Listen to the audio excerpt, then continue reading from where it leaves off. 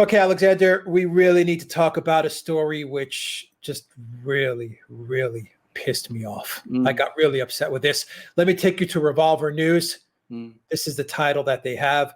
Neocons levy false attacks on Trump to distract from hideous waste of blood and treasure overseas. Alexander, I'm going to actually add something else to that title where they say distract from hideous waste of blood and treasure overseas. And I'm going to say to also distract from the riots that the Biden-Harris campaign and the Democrats refuse to condemn. So I'm going to say, not only does this story about Trump and the military, where supposedly, as this Atlantic, it comes from the Atlantic magazine, I believe he's the editor of Atlantic. Yeah, Jeffrey Goldberg. Anyway, Jeffrey Goldberg, absolutely. Right. So Jeffrey Goldberg wrote this piece where supposedly Trump was calling the U.S. military, the active personnel in the U.S. military. He said it's filled with losers. Going to the cemetery, he said, "quote Why should I go to that cemetery? It's filled with losers." End quote. Jeffrey Goldberg is citing anonymous sources, of course, but I think this was not only a distraction from the waste of blood and treasure overseas, because that's a reference to Jeffrey Goldberg, who helped push. He was a major backer of the Iraq WMD hoax. He helped push that war. So it's a distraction from all the ridiculous wars of Clinton, Bush, and Obama.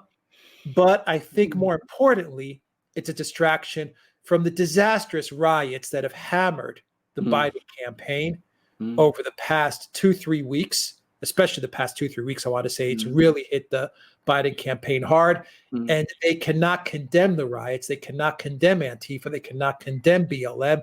And so I think they had to construct a very quick narrative to move away from those riots and once again get Trump on the defensive. And they came up with this. I think they came up with this because they dug into Trump's comments 3-4 years ago, 5 years ago about John McCain. And they said, okay, we'll piggyback off of those John McCain comments to hit him with this military losers quote.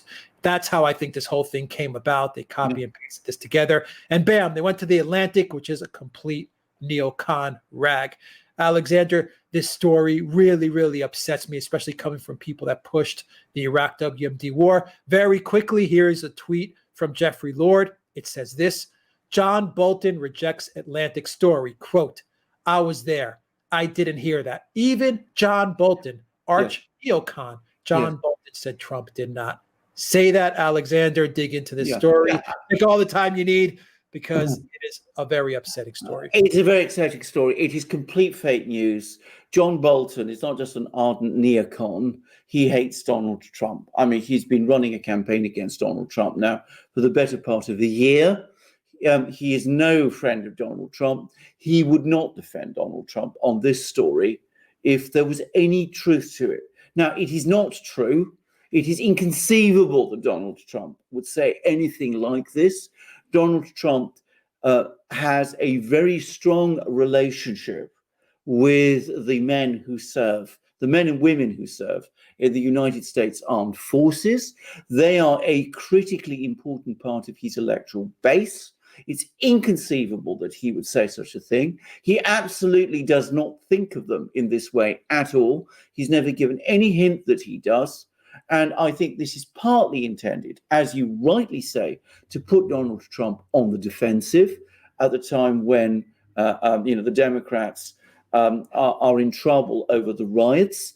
It is a sign that the Democrats sense that their support is slipping, which it is, fast, and it is also an attempt to create problems between Donald Trump and his critically important electoral base, which is the men and women who serve in the US Armed Forces, their families, and the more patriotic elements of US society who have been consolidating behind Donald Trump because of his defense of US history, US symbols, law, order, and the traditional American way of life.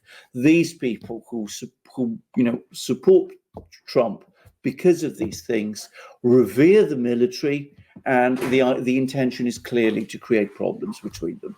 And of course, the other thing, how is it done? You invent a story, attribute it to 4 anonymous sources, people who don't come forward, don't say who they are, hide behind anonymity, make up whatever they want. The media reproduces it. It's given credence, and it simply isn't true.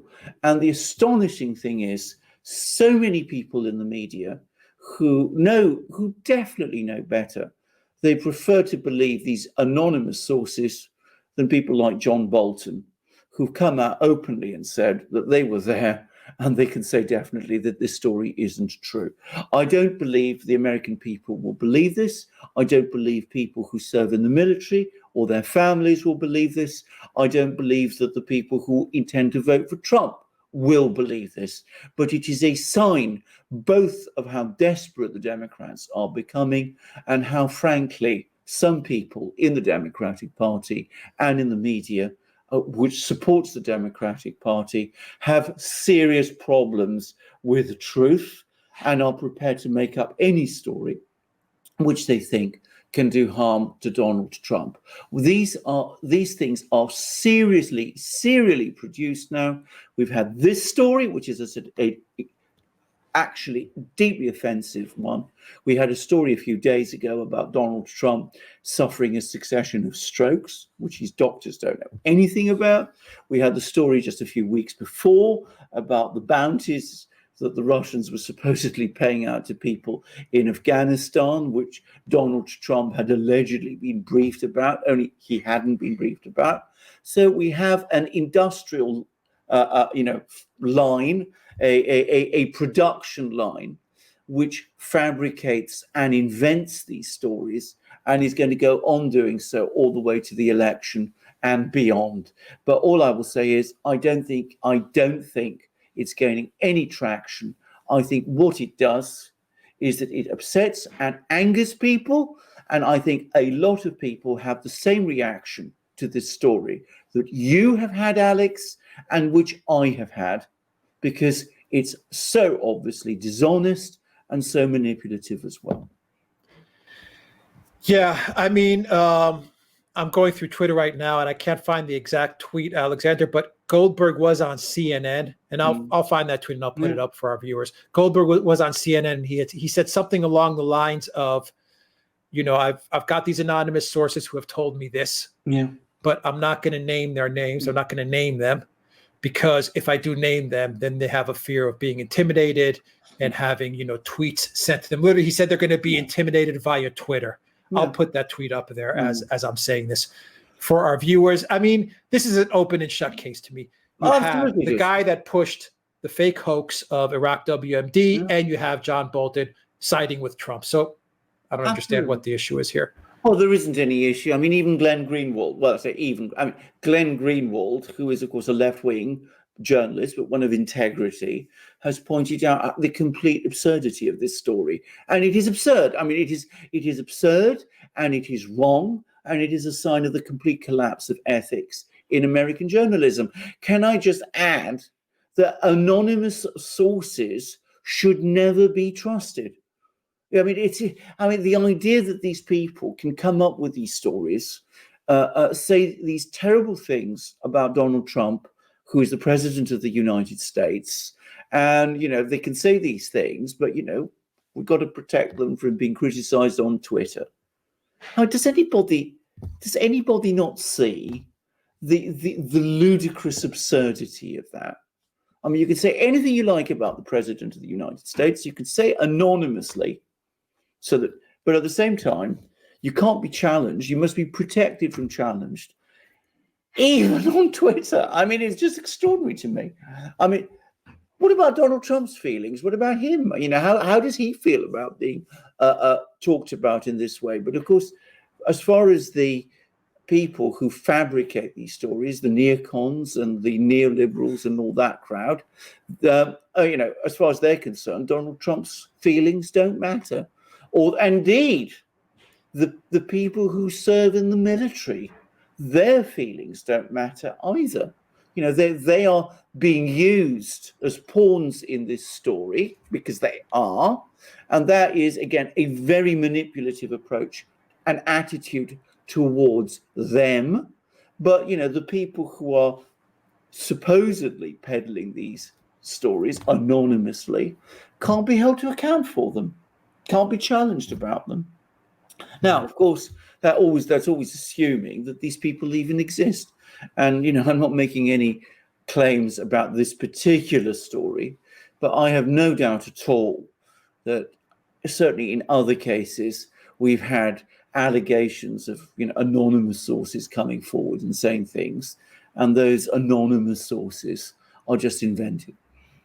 Yeah. So one of the mainstream media publications that has gone hard after Trump, that actually takes the lead in trying to get Biden elected and trying to remove Trump, is the Washington Post, which is owned by uber rich oligarch Jeff Bezos. Yeah.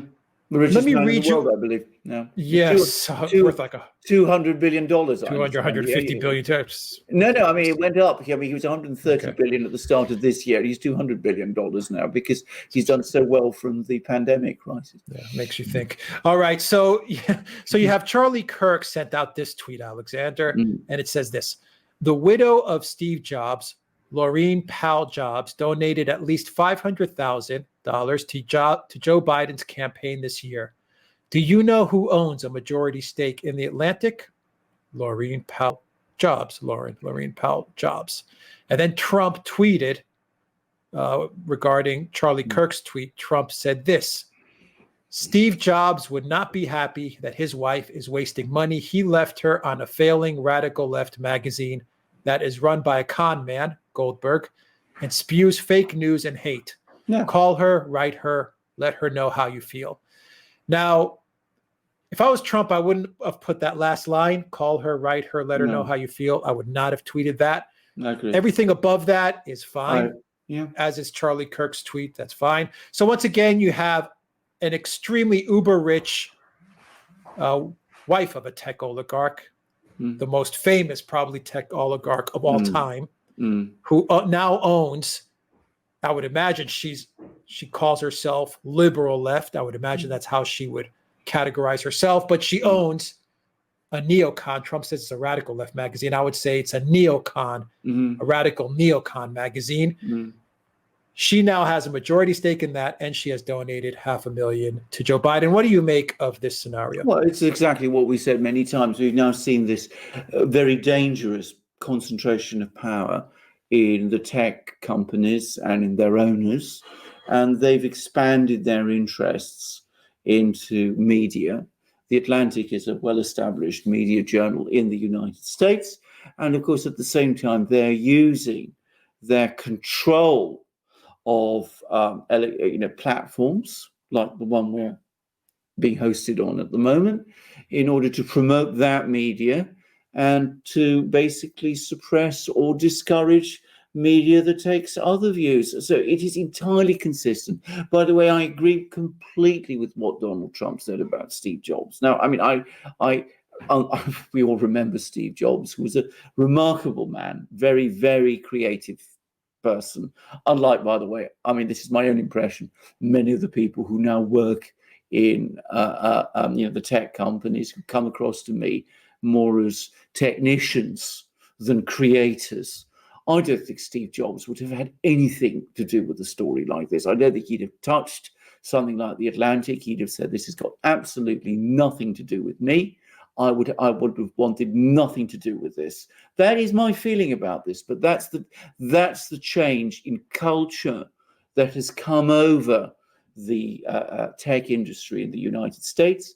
Whereas a couple of years ago, 10, 20 years ago, they were, real entrepreneurs and people, innovative and inventive people like Steve Jobs, who forged ahead and built up this industry and, represented, embodied, if you like, American enterprise. What you now have is exactly what you said: tech oligarchs leveraging their wealth and power, and doing it in furtherance of particular agendas, political agendas, which do not include Donald Trump. There it is. No. Doesn't include Donald Trump. It definitely includes whoever's going to be running the White House if Biden wins. Precisely. Yeah, exactly. Do you think he should have tweeted that last line? No, I agree. Right? I agree. I don't think he should have done. I think that was both wrong and unnecessary. Actually, I think responding to her and pointing out that that Steve Jobs would never have done that. I think that's absolutely proper and legitimate. But I think the last line was a mistake, and a serious mistake. But having said that, we must maintain a sense of proportion. Serious in a minor way. This story that The Atlantic has published is disgraceful. It's outrageous. Yeah, I agree with that. All right. Alexander Mercouris, Editor-in-Chief of Duran. Thank you very much, guys. If you like this video, click on the subscribe button down below. Also, make sure to hit that like and share this video with your friends, with your family, with anybody you know. Help us get some exposure here at the Duran. When you share a video, it helps us out a lot. And please donate to us on PayPal, Patreon, and Subscribestar. Your donation also helps this channel out a whole lot. And something else that helps us out a lot is when you go to the Duran shop and you pick up some merchandise. We've got new shirts, new hoodies, new hats, new mugs. I've got a new shirt here. I've also got a new magic mug here, which is Serbia. Was the United States and Britain, the two great Anglo-Saxon, English-speaking nations, maybe not so Anglo-Saxon anymore, but English-speaking certainly. And we've got also, I think I've got Australia too, which is another great English-speaking nation. And we also have the smaller mugs, and this is Greece, I think. So we have these amazing magic mugs, the best mugs in the world, and we also have them in enamel now. This is England, by the way. So enamel mugs, which you can take outdoors, and they are phenomenal mugs to have outdoors. They're perfect if you go on a walking holiday, like I and my wife recently did. So they're the best mugs in the world, bar none.